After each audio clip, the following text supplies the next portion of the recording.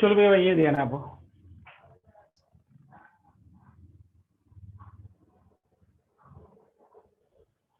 जो भाई AC battery जोड़ू એટલે થાય છે શું ફરી બોલું છું ધ્યાન આપજો જેવી મેં એસી બેટરી જોડી એટલે શું થયું જો સમજજો એસી બેટરી જોડી છે એટલે અહીંયા પ્રવાહ ધીમે ધીમે 0 થી વધવાની શરૂઆત થઈ જેમ જેમ પ્રવાહ વધતો જશે એમ એમ અહીંયા આગળ ધીમે ધીમે વીજભાર વધુ ને વધુ સંગ્રહ પામતો જશે એટલે કે કેપેસિટર ચાર્જ થતો હશે આ 0 થી T/4 સમયગાળા દરમિયાનની વાત છે ત્યારબાદ કેપેસિટર ડિસ્ચાર્જ થવાની શરૂઆત થશે કેમ તો કે અહીંયા પ્રવાહ ઘટવાની શરૂઆત થઈ જશે કારણ કે આ તો એસી પ્રવાહ છે એટલે પ્રવાહ પણ ધીમે ધીમે ઘટતો જશે પ્રવાહ ઘટતો જશે એટલે કેપેસિટર ડિસ્ચાર્જ થતો જશે એટલે કે ધીમે ધીમે એમાંથી વીજભાર ઘટતો જશે પણ પ્રવાહ વહેવાનું ચાલુ રહેશે આ દિશામાં પછી શું થશે તો કે બધો વીજભાર ખાલી થઈ ગયો છે કેપેસિટર અને ફરીથી પ્રવાહની દિશા ઉલટાઈ જશે એટલે કે પોલારિટી ચેન્જ થઈ જશે હવે આ છેડો પ્લસ બનશે અને આ છેડો માઇનસ બનશે એસી માટે હવે અહીંયા ધન વીજભાર જમા થવાનું શરૂઆત થશે કેપેસિટરની બી પ્લેટ પર અને એ પ્લેટ પર ઋણ વીજભાર જમા થવાની શરૂઆત થશે અહીંયા પ્લસ અહીંયા માઇનસ અને એને કારણે ફરી પાછું કેપેસિટર ચાર્જ થવા માંડશે અને એ દરમિયાન પ્રવાહની દિશા હવે ઉલટાઈ જશે હવે આ દિશામાં પ્રવાહ વહેશે આવું સતત ચાલે રાખશે ટૂંકમાં જોઈ શકો છો બધી જ કન્ડિશનમાં પ્રવાહ વહી રહ્યો છે કહેવાનું તાત્પર્ય એ છે કે ડીસી માં પ્રવાહ વહેતો નતો એસી માં સતત કેપેસિટરમાં પ્રવાહ વહેતો રહે છે ઓકે આ ખાલી તમને સમજૂતી આપીને હવે આપણે શરૂઆત કરીએ થિયરી કે ભાઈ જેવું મેં અહીંયા એસી બેટરી સાથે કેપેસિટર જોડ્યું તે સમયે ધારી લો કે કોઈ ક્ષણે કેપેસિટરમાં જમા થયેલો વીજભાર ક્યુ છે તે સંજોગોમાં કેપેસિટરના બે છેડા વચ્ચેનો વીજ સ્થિતિમાનનો તફાવત લાગુ પાડેલા એસી બેટરીના વોલ્ટેજ જેટલો હશે એટલે કે વોલ્ટેજ V = Q/C જે આપણે બીજા ચેપ્ટરમાં ભણેલા છે ભાઈ કેપેસિટરમાં જમા થયેલો વીજભાર Q હોય તો એના બે છેડા વચ્ચેનો વીજ સ્થિતિમાનનો તફાવત Q/C હોય એટલે આ Q/C એ આ બે છેડા વચ્ચેનો સ્થિતિમાનનો તફાવત એટલે કે આ એસી બેટરીના voltage that means Q is equal to C into V અથવા તો VC V નું સૂત્ર મૂકી દઉં Vm sin omega t into આ C અહીંયા મૂકી દીધું કેપેસિટર એટલે V ની જગ્યાએ મેં મૂકી દીધું Vm sin omega t અને પછી સાદું રૂપ આપી તો કે Q is equal to VMC sin omega t એવું થયું ઓકે તો વીજ પ્રવાહ શું થશે તો આપણને ખબર છે I બરોબર dq/dt કેપેસિટરમાં વહેતો પ્રવાહ કેટલો હશે તો કે I is equal to dq/dt વીજ પ્રવાહનું સૂત્ર છે ત્રીજા ચેપ્ટર પ્રમાણે ચલો તો dq/dt એટલે મારે આનું વિકલન કરવું પડશે ભાઈ VMC sin omega t વિકલન તો આપણે બધાને આવડે Vm અચળ C પણ અચળ ચલો સાઇન નું વિકલન શું થાય તો કે cos ઓમેગા t અને ઓમેગા t નું વિકલન તો ઓમેગા t નું વિકલન ઓમેગા એટલે ટોટલ વિકલન શું થયું Vm omega C cos omega t ફરી બોલું છું VMC અચળ સાઇન નું વિકલન cos અને ઓમેગા t નું વિકલન ઓમેગા એટલે વિકલન થયું Vm omega C cos omega t અને આવું લખાય ને જુઓ તો Vm upon 1 upon omega C Vm upon 1 upon omega C Vm upon 1 upon omega C અને cos ઓમેગા t ની જગ્યાએ sin omega T plus pi by 2, કારણ કોસ થીટા બરોબર sine pi by 2 plus theta, આવું આપણે જાણીએ, એનો મેં ઉપયોગ કર્યો. એટલે કોસ ઓમેગા ટી ની જગ્યાએ મેં શું લખ્યું?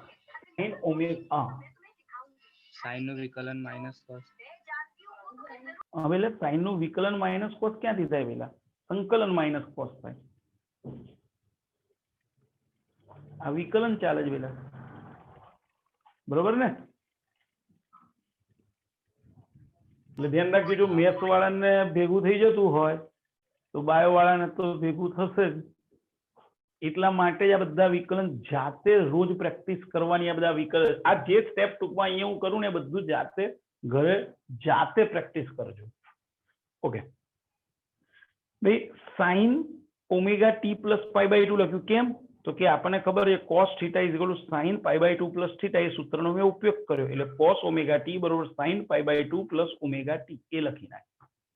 ઓકે, અને આમ પણ લખાય ને, I is equal to Im sin omega t plus pi by 2, જ્યાં Im બરોબર Vm upon 1 upon omega c. હવે આપણને ખબર છે કે ભાઈ પ્રવાહ બરોબર વોલ્ટેજ ભાગ્યા અવરોધ હોય. એનો અર્થ એવો થયો આ 1 upon omega c જે છે એ કેપેસિટરનો અસરકારક અવરોધ હોવો જોઈએ, જેને સંકેતમાં xc વડે દર્શાવાય છે. સંકેતમાં xc વડે દર્શાવાય છે. એટલે અહીંયા હું લખું છું ભાઈ, અહીં xc is equal to 1 upon omega c, જેને શું કહીએ છીએ? કેપેસિટરનો અસરકારક અવરોધ.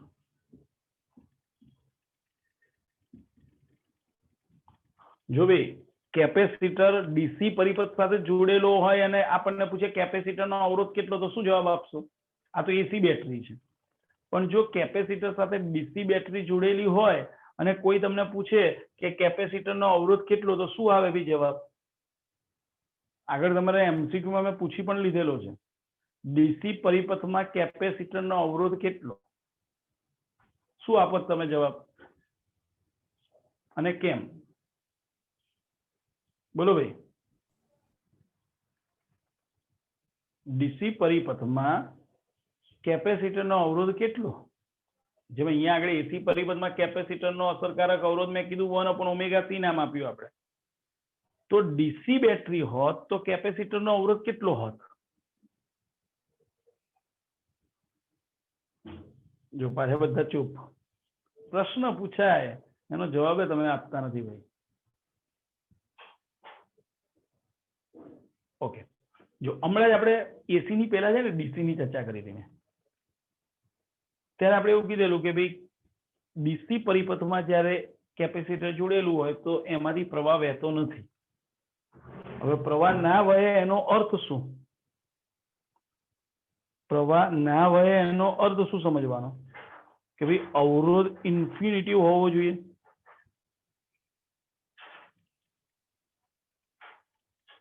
ભાઈ પ્રવાહ ના વહે એનો અર્થ એવો નહીં કે એને અવરોધ નથી. પ્રવાહ ના વહે એનો અર્થ એવો થયો કે એનો અવરોધ બહુ મોટો છે. ધેટ મીન્સ ઇન્ફિનિટિવ કહેવાય. આ એમસીક્યુ માટે યાદ રાખો ભાઈ, આ પૂછાય છે વારંવાર. તમે જો મારા ઘણા પેપરમાં મેં તો પૂછ્યો છે કે ભાઈ ડીસી બેટરી સાથે અથવા તો ડીસી પરિપથમાં કેપેસિટર જોડેલો હોય તો કેપેસિટરનો અવરોધ કેટલો? તો કે ઇન્ફિનિટી. ભાઈ લાકડામાંથી પ્રવાહ નથી વહેતો તો એનો અર્થ એવો હતો કે લાકડાનો અવરોધ ઇન્ફિનિટી છે. એટલે જેમાંથી પ્રવાહ ના વહેતો હોય પરિપથની અંદર તો સમજવાનું કે એનો અવરોધ ઇન્ફિનિટી કહેવાય. ધ્યાન રાખજો. ઓકે, આપણે થિયરી પર પાછા આવીએ. x is equal to 1 upon omega c, જેને કેપેસિટરનો અસરકારક અવરોધ કહે છે. એને કેપેસિટિવ ઇન્ડક્ટન્સ પણ કહે છે. Sorry, capacitive reactance. Capacitive reactance કહે છે. જો ભાઈ ઇન્ડક્ટર નો અવરોધ હતો ઓમેગા એલ, કેપેસિટર નો અવરોધ છે 1/ωc. ધ્યાન રાખજો, MCQ દાખલા બધા માટે બહુ જરૂરી. કેપેસિટર નો અવરોધ એસી પરિપથમાં 1/ωc. એને આમ પણ લખાય ને 1/ω ની જગ્યાએ 2πf × c. ઓમેગા ની જગ્યાએ મેં 2πf મૂકી દીધા. આને આધારે તમને ખબર પડે કે ભાઈ કેપેસિટર નો અસરકારક અવરોધ જે છે, કેપેસિટિવ રિએક્ટન્સ જે છે, એ આવૃત્તિ અને કેપેસિટન્સ ના ગુણાકારના વ્યસ્ત પ્રમાણમાં છે. જો જેમ એસી બેટરી જેની સાથે જોડી હશે એની આવૃત્તિ જેમ વધારે હશે એમ કેપેસિટિવ રિએક્ટન્સ ઓછો હશે, અને કેપેસિટન્સ નું મૂલ્ય પણ જેમ વધારે હશે એમ અસરકારક અવરોધ એનો ઓછો થતો જશે. ઓકે ભાઈ, કેપેસિટન્સ અહીંયા આગળ આ એક્સી નો એકમ શું થશે? તો કે ભાઈ છે તો અવરોધ માટે એનો એકમો. કેપેસિટિવ રિએક્ટન્સ નો એકમ તો ઓમ. એની પરથી કેપેસિટર નો એકમ મળ્યો. જો એની પરથી તમને કોઈ પૂછે કેપેસિટર નો સી નો એકમ શું થાય, અત્યાર સુધી આપણે સી નો એકમ ફેરાડે કહેતા હતા. હવે જો આની પરથી એકમ બનાવીએ છીએ સી નો એકમ, તો એક્સી નો એકમ ઓમ છે, એ ઓમ છેદમાં જતા રહેશે, સી ઉપર આવી ગયા એટલે સી નો એકમ 1/ઓમ. આ ઓમ નીચે આવ્યા અને આવૃત્તિનો એકમ સેકન્ડ ઇનવર્સ એ ઉપર ગયા, માટે સેકન્ડ પર ઓમ. કેપેસિટર નો એકમ થાય સેકન્ડ પર ઓમ. હવે આપણે એ પણ જાણીએ છીએ કે છેદમાં ઓમ એટલે મોહ કહેવાય, માટે કેપેસિટર નો એકમ સેકન્ડ ઇન્ટુ મોહ કહી શકાય. સેકન્ડ ઇન્ટુ મોહ. માટે ઘણીવાર પરીક્ષામાં પૂછાય છે કે ભાઈ આરસી નો એકમ ખાલી જગ્યા, અથવા તો આર ઇન્ટુ સી, જ્યાં આર અવરોધ છે ને સી કેપેસિટર. આ આરસી નો એકમ કઈ ભૌતિક રાશિનો એકમ દર્શાવે છે, આવું પણ પૂછાય છે. ચલો તો આર ઇન્ટુ સી નો એકમ બનાવો, શું થાય? તો કે આર નો એકમ ઓમ ઇન્ટુ સી નો એકમ હમણાં જ બનાવ્યો સેકન્ડ પર ઓમ. ઓમ ઓમ કેન્સલ, તો શું રહ્યું? આરસી નો એકમ સેકન્ડ. આરસી નો એકમ સેકન્ડ રહ્યો, જે આવર્તકાળનો એકમ થયો. માટે આપણને પરીક્ષામાં પૂછે આરસી નો એકમ ખાલી જગ્યા તો સેકન્ડ, અથવા કઈ ભૌતિક રાશિના એકમ જેવો છે? તો કે આવર્તકાળના એકમ જેવો જ એનો એકમ છે. ક્લિયર? એટલે એમસીક્યુ માટે યાદ રાખવાનું છે. ઓકે, તો અહીંયા આગળ જુઓ, આપણી આટલી ચર્ચામાં તમને પ્રવાહનું સૂત્ર મળી ગયું. માત્ર કેપેસિટર ધરાવતો એસી પરિપથમાં પ્રવાહનું સૂત્ર આ મળેલું છે, I = Im sin omega t + π/2, જ્યાં Im બરોબર Vm/xc અને xc બરોબર 1/ωc. આ યાદ રાખવાનું છે સતત. ઓકે, ફરીથી ધ્યાન આપજો. મેં એવી સ્પષ્ટતા કરી કે એસી પરિપથ સાથે તમે કેપેસિટર જોડો તો કેપેસિટર ચાર્જ થઈ રહ્યું હોય એ દરમિયાન કોઈ એક ક્ષણે કેપેસિટર માં જમા થયેલો વીજભાર જો Q હોય તો કેપેસિટરના બે છેડા વચ્ચેનો વીજ સ્થિતિમાનનો તફાવત V = Q/C એ એસી બેટરીના વોલ્ટેજ જેટલો, એટલે કે Vm sin omega t હશે. એની પરથી Q = Vmc sin omega t. એ પરથી મેં ચર્ચા કરી I = dq/dt, એટલે કે પ્રવાહનું સૂત્ર મેળવવાનો ટ્રાય કર્યો. એટલે મારે આનું વિકલન કરવું પડે. તો Vmc તો અચળ હતા જ, સાઇન નું વિકલન કર્યું cos omega t અને omega t નું વિકલન ઓમેગા, એટલે શું થયું? Vm omega c cos omega t. પછી મેં એને ઉપર Vm રાખ્યું અને omega c ને ગુણાકારમાં હતું એટલે નીચે લઈ જવું હોય તો મારે છેદના છેદમાં લખવું પડે, એટલે મેં લખ્યું 1/ωc. અને આ cos omega t ની જગ્યાએ લખ્યું sin omega t + π/2. આની પરથી મેં સૂત્ર લખ્યું I બરોબર Im sin omega t plus pi by 2, જ્યાં Im એટલે Vm upon 1 upon omega c અથવા તો Vm upon xc, જ્યાં xc એટલે 1 upon ઓમેગા c, જેને કેપેસિટરનો અસરકારક અવરોધ કહીએ છે અથવા કેપેસિટિવ રિએક્ટન્સ કહેવાય છે. xc નું સૂત્ર આમ પણ લખી શકાય 1 upon 2 પાઈ fc, જે દર્શાવે છે કે xc નો આધાર આવૃત્તિ અને કેપેસિટરના ગુણાકારના વ્યસ્ત પ્રમાણમાં છે. ભાઈ xc નો એકમ ઓમ છે, આની પરથી કેપેસિટરનો એકમ સેકન્ડ પર ઓમ અથવા સેકન્ડ ઇન્ટુ મો. એને આધારે મેં તમને એમસીક્યુ આપ્યો કે આરસી નો એકમ શું થાય, તો એનો જવાબ આપણને મળ્યો સેકન્ડ. ઓકે, થોડું હજી આગળ વિચારી. ભાઈ ક્યાંય ન ખબર પડે તો પૂછી લેજો મને. આપણું વોલ્ટેજ નું સૂત્ર શું હતું? તો કે V is equal to Vm sin omega t. ચેપ્ટરના સ્ટાર્ટિંગ થી આપણે આ સૂત્ર લઈએ છીએ, એટલે હવે તો કડકડાટ હોય આપણને. ઓકે, પ્રવાહનું સૂત્ર શું મળ્યું? તો I બરોબર Im sin omega t plus pi by 2 આવું મળ્યું ભાઈ મને. ઓકે, તો હવે મારો પ્રશ્ન છે, બંને વચ્ચે કયા તફાવત કેટલો છે?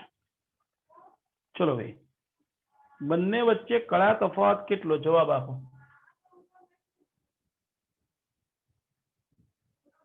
ચલો ભાઈ, કયા તફાવત કેટલો?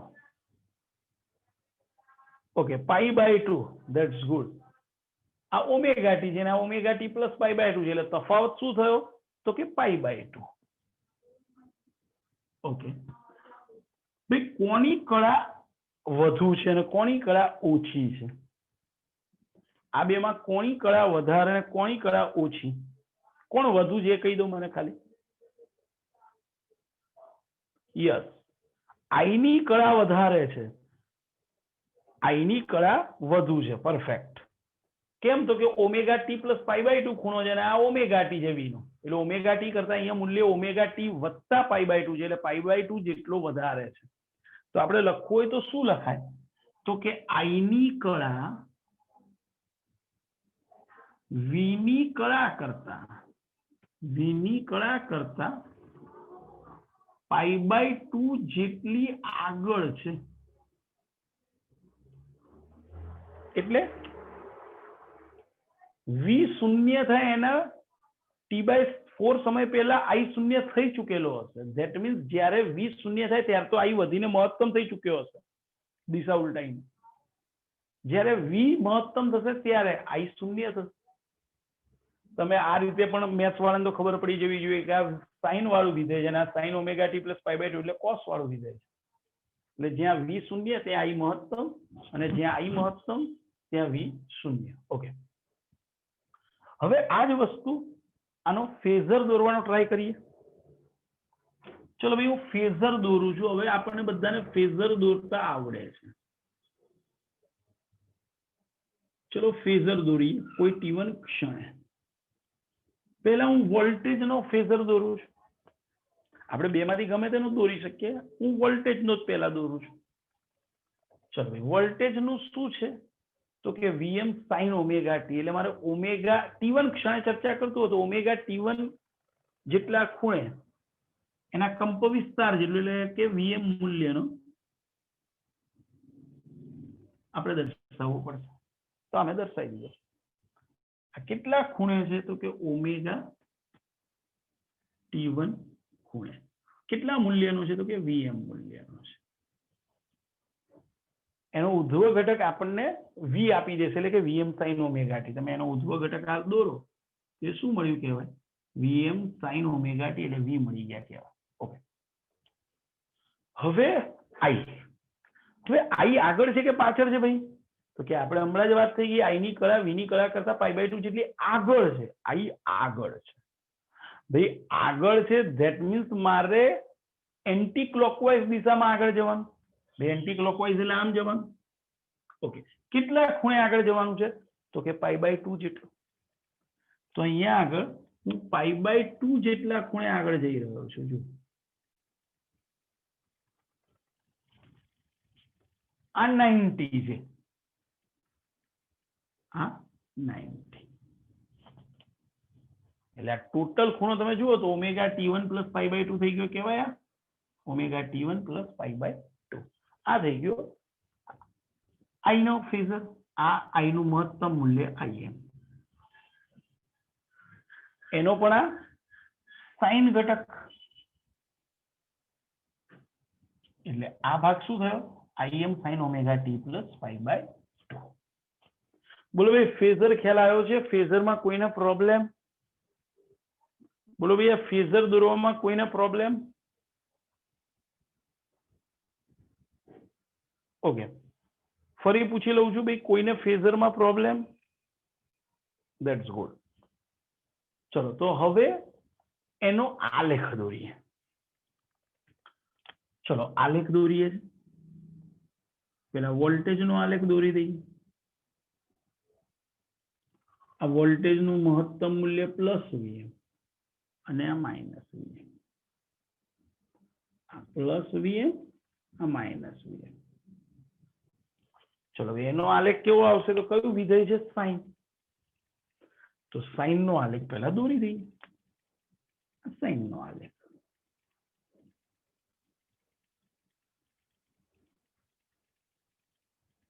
આ વોલ્ટેજ. હવે કોનો વારો આવે? પ્રવાહનો. પ્રવાહનું સૂત્ર શું છે? અહીંયા sine omega T plus pi by 2 છે, ધેટ મીન્સ કોસ છે, આપણને ખબર છે. અહીંયા આગળ જો આ કોસ હતો વિધેય,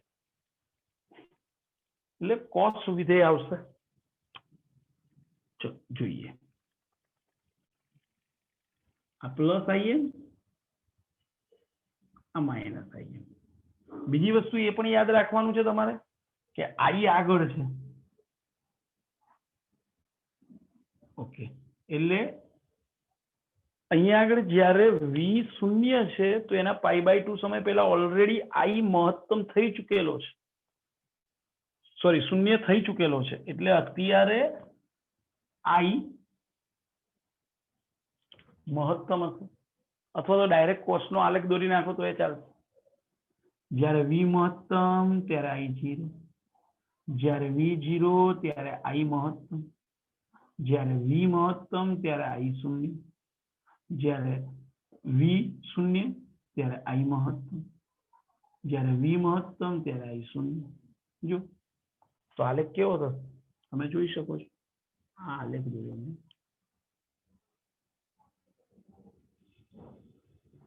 આ I નો આલેખ, આ કોસ વિધેયનો આલેખ છે. મેં તમને પહેલા જ બતાવી દીધેલું હતું ચેપ્ટરના સ્ટાર્ટિંગમાં જ કે કોસનો આલેખ કેવો હોય. મહત્તમથી શરૂઆત થાય, અહીંયા સુધી એક આવર્તકાળ પૂરો થાય. તમે જોઈ શકો છો કે વોલ્ટેજ કરતા પ્રવાહ આગળ છે. કેટલો? પાઈ બાય 2 જેટલો આગળ છે. આ એનો આલેખની ચર્ચા કરી. બોલો ભાઈ આમાં કોઈને તકલીફ? દરેકને ખ્યાલ આવ્યો છે ભાઈ? બોલો ભાઈ આખો વિભાગ. આ આલેખ રિપીટ કરું છું, અહીંયા ધ્યાન આપી દેજો. હું આલેખ ફરીથી દોરું છું જેથી તમને દરેકને ખ્યાલ આવે. જો આપણે આલેખ ફરી રિપીટ કરીએ છીએ, ધ્યાન આપજો. અહીંયા આગળ પેલા વોલ્ટેજ નો આલેખ દોરીએ છીએ. વોલ્ટેજ નું સૂત્ર શું છે? તો કે Vm sin ઓમેગા t, એટલે સાઇન નો આલેખ આવે. તો જુઓ આ V નો આલેખ દોરું છું. આ પ્લસ Vm, આ માઇનસ Vm.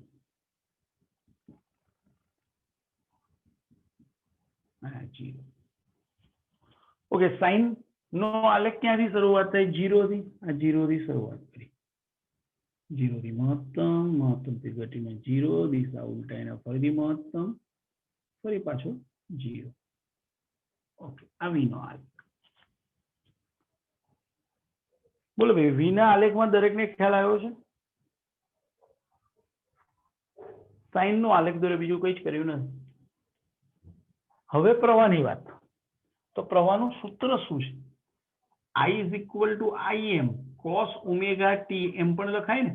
જો મારે sin omega t plus pi by 2 ના લખવું હોય તો cos પણ લખે. આ કોસ લખવાથી મને ખબર પડે કે ભાઈ આ કોસ નો આલેખ છે. ચલો તો પેલા આ પ્લસ આઈએમ બતાવી દીધા મેં, આ માઇનસ આઈએમ બતાવી દીધા. આ પ્લસ આઈએમ, આ માઇનસ આઈએમ. ચલો આલેખની શરૂઆત, આ આલેખની શરૂઆત મહત્તમથી,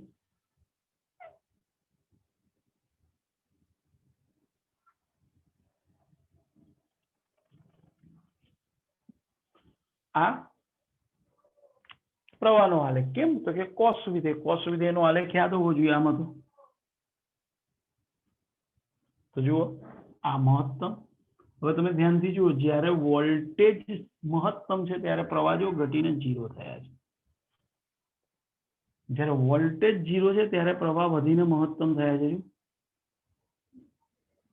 જ્યારે વોલ્ટેજ મહત્તમ છે ત્યારે પ્રવાહ ઘટીને 0 થયા છે. જ્યારે વોલ્ટેજ 0 છે ત્યારે પ્રવાહ વધીને મહત્તમ થયા છે. જે બંને વચ્ચેનો કળા તફાત π/2 છે એવું દર્શાવે છે.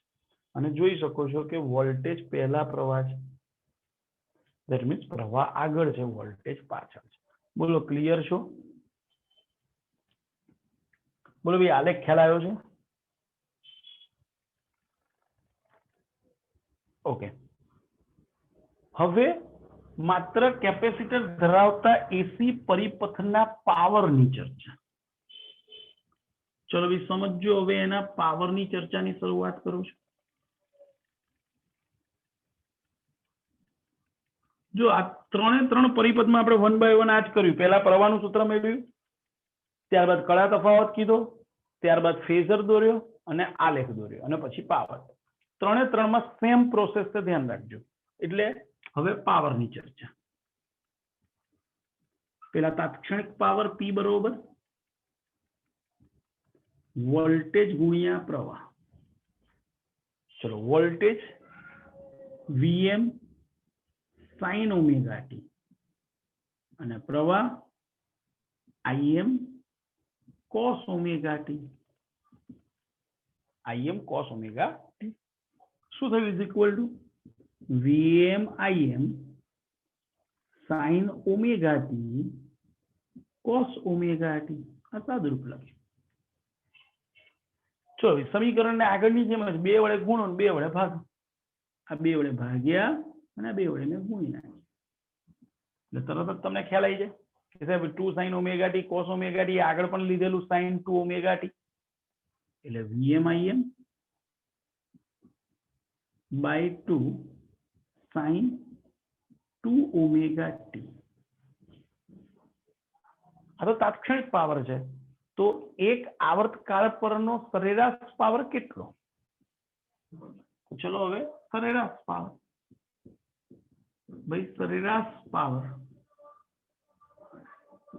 ઇઝ ઇક્વલ ટુ, ચલો Vm Im by 2 અચળ છે એટલે બહાર. તો કોની સરેરાશ લેવાની રહી? sin 2 omega t. પણ આપણે તો જાણીએ છીએ સાઇન ની એક આવર્તકાળ પર સરેરાશ 0 હોય, 0 ગુણ્યા સમથિંગ 0. એનો અર્થ એવો થયો કે પરિપથમાં માત્ર કેપેસિટર જોડેલો હોય એસી પરિપથમાં તો સરેરાશ પાવર 0 એટલે કે લાઇટ બિલ ના આવે. જો માત્ર ઇન્ડક્ટર જ એવો ઘટક છે એવું નહીં, કેપેસિટરમાં પણ એ જ સ્થિતિ થઈ, પાવર 0. હવે જેમ ઇન્ડક્ટરમાં આપણે વાત થઈ હતી કે ભાઈ કેમ પાવર 0 છે, એમ એસી કેપેસિટરમાં પણ આપણે વિચારીશું કે કેમ સરેરાશ પાવર 0 આવ્યો. ચલો તો એ સમજવા માટે ચર્ચાની શરૂઆત કરીએ. સમજો બરોબર? જો આ બધા મેથેમેટિકલ સ્ટેપ તો સિમ્પલ હતા, જે છે હવે સમજૂતી ઉપર ધ્યાન આપજો. ચલો ભાઈ એ સમજવા માટે અહીં આગળ આ કેપેસિટરને જેવું તમે વોલ્ટેજ લાગુ પાડશો એટલે વોલ્ટેજ એ વખતે સીધો મહત્તમ હશે. એટલે વોલ્ટેજનો આલેખ મેં આ રીતે દોરેલો છે. ઓકે, એક આવર્તકાળ માટે. ઓકે, આ વોલ્ટેજ નો આલેખ છે, ધ્યાન આપજો. ઓકે, હવે પ્રવાહની વાત. બંને વચ્ચે કયા તફાવત π/2 છે તમને ખબર છે, એટલે મેં આલેખની શરૂઆત અહીંથી કરી. જુઓ, તે વખતે પ્રવાહ 0 થી નીચે તરફ જાય છે. એ વખતે પ્રવાહ ધ્યાનથી જુઓ. પ્રવાહનો આલેખ તમારી રીતે તમારે નક્કી કરવાનો છે, અને ના આવડે તો પ્રવાહનો આલેખ સિમ્પલ પણ તમે દોરી શકશો. અને ધારી લો કે કોઈ એમ કે સાહેબ અમારે તો વોલ્ટેજનો આલેખ જે છે એ શૂન્યથી જ મહત્તમથી શરૂઆત કરવી હોય તો એ રીતે કરો છો. ધારી લો આની આ જ વસ્તુ દોરવી હોય તો આને આઈ કહી દઈએ. સમજો.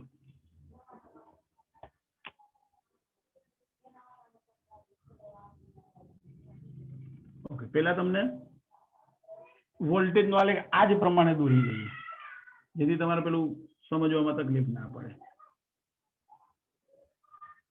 ઓકે, આ એક આવર્તકાળ પૂરો, આ વોલ્ટેજ. એટલે હવે તો તમારે સમજવામાં કોઈ તકલીફ પડે જ નહીં.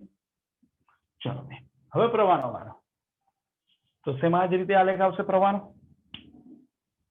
ચલો, પ્રવાહનો આલેખ વોલ્ટેજ શૂન્ય ત્યારે પ્રવાહ મહત્તમ.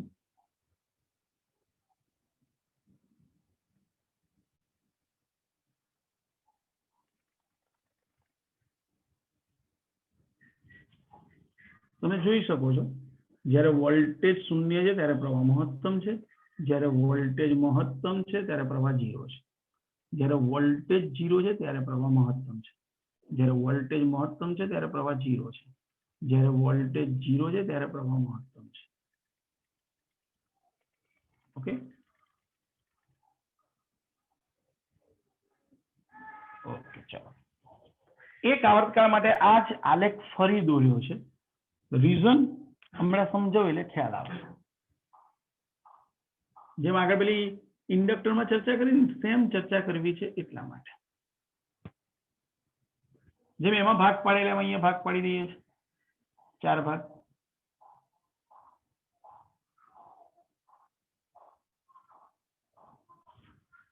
ઓકે, આ 0 થી 1, આ 2, આ 3 અને આ 4 આ પ્રવાહ છે. ઓકે, ચાલો શરૂઆત કરીએ. પહેલા વાત કરીએ 0 થી 1 વિભાગમાં શું થાય. જો આ કેપેસિટર હતું, સમજો બરોબર. આ કેપેસિટરની એ પ્લેટ અને આ બી પ્લેટ. ધારી લો કે આ એસી બેટરી જોડેલી હતી,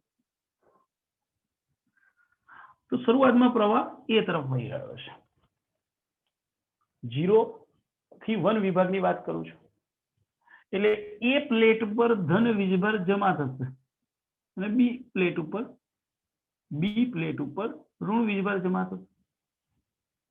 ઓકે, એ દરમિયાન આઈ અને વી ચેક કરો તો 0 થી 1 વિભાગમાં તો જોઈ શકો છો આઈ પ્લસ છે અને વી પણ પ્લસ છે. જો એટલે પહેલા વિભાગમાં 0 થી 1 વિભાગની વાત કરું છું, આઈ ધન વી પણ ધન, તો પાવર એટલે વી ઇન્ટુ આઈ. ચલો ભાઈ, વી આઈ શું થશે? તો ધન ઇન્ટુ ધન એટલે પોઝિટિવ. ચલો ભાઈ, પાવર પોઝિટિવ આવ્યો. એનો અર્થ એવો થયો કે પ્રથમ 0 થી 1 વિભાગમાં એસી પરિપથ પોતાની ઉર્જા ખર્ચશે, એસી બેટરી, અને એ ઉર્જા કેપેસિટરમાં જમા થશે. એટલે એસી સ્ત્રોત ની ઉર્જા ખર્ચાય ક્યાં? જે કેપેસિટરમાં જમા થાય. કેપેસિટરમાં જમા થાય. ઓકે, ચલો ભાઈ, 0 થી 1 વિભાગની વાત થઈ. હવે 0 થી 1 પછી 1 થી 2 વિભાગ. ચલો ભાઈ, 1 થી 2 વિભાગની વાત તમે જોઈ શકો છો. 1 થી 2 વિભાગમાં શું થયું? પ્રવાહની દિશા ઉલટાઈ ગઈ. એટલે હવે આ પ્રવાહની દિશા છે ને આમ ઉલટાઈ ગઈ. જો હવે આમ પ્રવાહ વહે. એટલે થશે શું? કેપેસિટર ડિસ્ચાર્જ થવાની શરૂઆત થઈ ગઈ.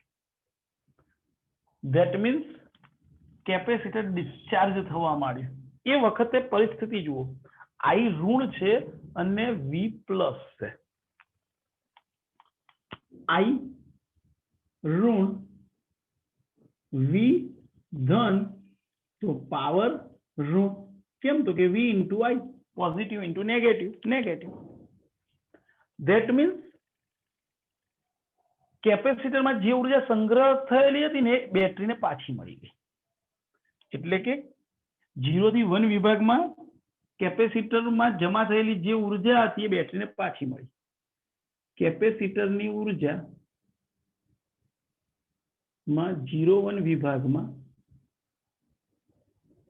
જમા થયેલ ઉર્જા બેટરીને પાછી મળી અર્થાત જુઓ 0-1 વિભાગમાં બેટરીએ ઉર્જા ગુમાઈ તો 1-2 વિભાગમાં બેટરીને ઉર્જા પાછી મળી ગઈ એટલે એનો પાવર કોઈ વપરાયો નહીં એની પોતાની કોઈ ઉર્જા વપરાય નહીં હવે 2-3 વિભાગ જુઓ ભાઈ 2-3 વિભાગમાં પ્રવાહની દિશા તો એ જ છે પણ હવે પોલારિટી ચેન્જ થઈ જશે એટલે અહીંયા આગળ માઇનસ અને અહીંયા પ્લસ એટલે કેપેસિટર ફરીથી ચાર્જ થવાની શરૂઆત થશે તમે જોઈ શકો છો એ વિભાગમાં I અને V બંને નેગેટિવ છે I પણ ઋણ છે અને V પણ ઋણ છે તમે જોઈ શકો છો આ બંને ઋણ છે માટે પાવર પોઝિટિવ તો આના જેવી જ ચર્ચા થઈ પાવર પોઝિટિવ માટે એસી બેટરી પોતાની ઉર્જા ગુમાવશે કેપેસિટરમાં જમા થશે હવે 3-4 વિભાગ જુઓ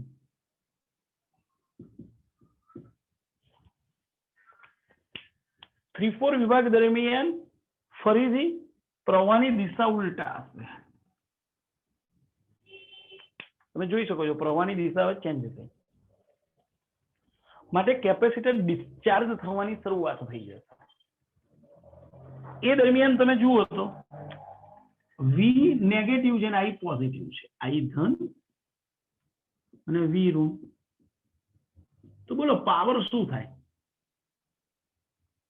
તો સ્પષ્ટ છે કે પાવર નેગેટિવ કેમ તો કે V into I પોઝિટિવ ગુણ્યા નેગેટિવ એટલે નેગેટિવ ધેટ મીન્સ 2-3 વિભાગમાં જેટલી ઉર્જા કેપેસિટરમાં જમા થઈ બેટરીને પાછી મળી જશે તો તમે સમજી શકો છો કે ટોટલ ઉર્જા કોઈ વપરાય નહીં માટે પરિણામી પાવર 0 બોલો ભાઈ ક્લિયર છો પાવરની ચર્ચા પૂરી ઇન્ડક્ટરની ચર્ચા કમ્પ્લીટ જો ભાઈ ના ખ્યાલ આવ્યો તો મને કહેજો મેસેજ મોકલજો તો નેક્સ્ટ લેક્ચરમાં ત્યાંથી શરૂઆત કરીશ